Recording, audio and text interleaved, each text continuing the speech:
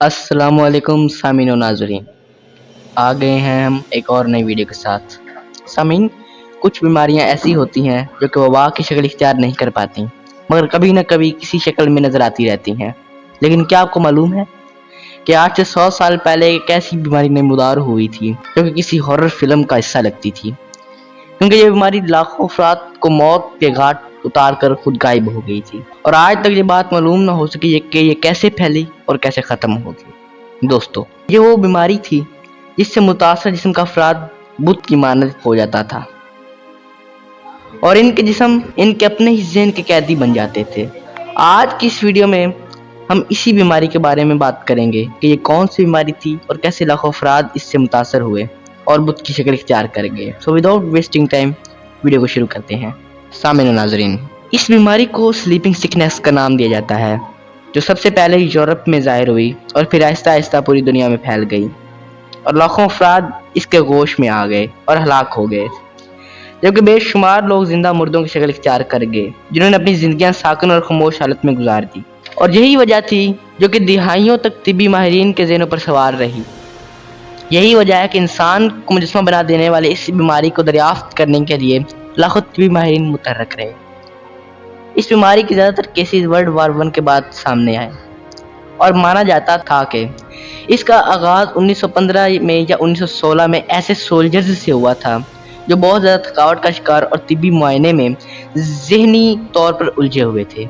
इस वक्त ये कहा गया था कि ये निशानियां जंग के दौरान एक जहरीली गैस के इस्तेमाल की वजह से सामने आई हैं, मगर इनका ख्याल बाद में गलत साबित हुआ और वियना के एक दिमागी अमराज के डॉक्टर ने एक मुकाबले में सबसे पहले इस बीमारी का जिक्र किया, जिन्होंने इस जैसे केसेस आम शहरों में भी रिपोर्ट किए।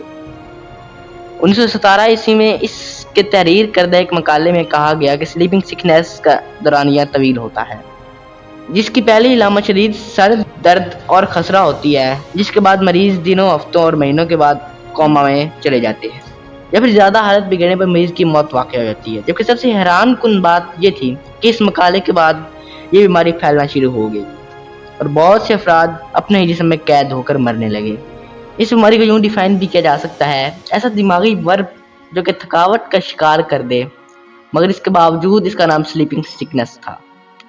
सुनने में ये बात मज़ाक लगता है, मगर हकीकत में ऐसा नहीं, क्योंकि इससे मुतासर अफराद में से तकरीबन 1/3 अफराद हलाक हुए थे और बच जाने वाले 20% अफराद ऐसे थे जिनको रोज़मर्रा सरगर्मियों के लिए अपने अहबाब या डॉक्टर की निगराश्त की ज़रूरत होती थी। इससे सेहतयाब होने वाले अफराद सिर्फ 1/3 से भी कम थे। इससे हर उम्र के अफराद मुतासर हुए, मगर सबसे ज़्यादा 15 साल से लेकर 35 साल की उम्र के लोग मुतासर हुए।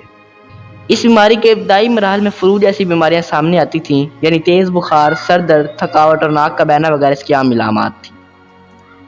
उस वक्त कोई ऐसी टेक्नोलॉजी ना थी जिससे ये मालूम किया जा सकता था कि इस इलामात का शिकार आदमी किस जानलेवा बीमारी से मुतासर है, जिसके बायस वायरस को फैलने का काफ़ी वक्त मिल गया। जब ये वायरस बैरूनी असाबी निज़ाम पर हमला आवर होता है तो इंसान शदीद ज़हनी जिस्मानी थकावट का शिकार हो जाता है, जिसके बाद कोमा और मौत का खतरा बढ़ जाता है। जो लोग इससे सेहतयाब हुए उनसे मालूम हुआ कि बीमारी कई मराहल पर मुश्तमिल है। इसके दूसरे मराहल में इंसान की ज़िंदगी से दिलचस्पी ख़त्म हो जाती है, यानी मरीज़ की हालत माजी से बहुत मुख्तलिफ हो जाती है, मगर ये हालात तूफ़ान से कबल के सुकून जैसा होता है, क्योंकि इसके बाद ये एक साकन बुत जैसा हो जाता है। उसको अपने इर्द गिर्द का शऊर तो होता है, मगर वो बोलने और हरकत करने से कासिर होता है। डॉक्टरों ने जब हलाकशुदा अफराद का पोस्टमार्टम किया तो उन्होंने इसकी वजह दिमाग के किसी हिस्से में वर्म दिखा, जो कि नींद समेत मुतअद्दिद अफ़आल को कंट्रोल करने में बुनियादी किरदार अदा करता है। जबकि आपको ये जानकर हैरानी होगी कि 10 साल में पूरी दुनिया में फैल जाने वाली ये बीमारी अचानक गायब हो गई। 1928 में ये मरज़ बंद हो गया और इसके रिपोर्ट होने वाले केसेस का सिलसिला भी बंद हो गया। ये बीमारी दरअसल कोई अलग बीमारी न थी, इन्फ्लुएंजा का ही एक हिस्सा थी। दोस्तों, इन्फ्लुएंजा एक ऐसी बीमारी है जो कि इंसानों को सबसे ज़्यादा जान लेने वाली बीमारियों में से एक है। इन्फ्लुएंजा की वजह एक वायरस है जो कि सांस के जरिए एक फ़र्द से दूसरे फ़र्द में दाखिल होता है। इसके 2 मरले थे। पहले मरले में ज़्यादा इंसानों की जान ज़ाया हुई, जबकि दूसरा मरला पहले से कम जानलेवा था। दोस्तों, अगर आपको हमारी आज की वीडियो अच्छी लगी तो लाइक करें और चैनल को सब्सक्राइब करें। मैं आपसे मिलूंगा अगली वीडियो में। खुदा हाफिज़।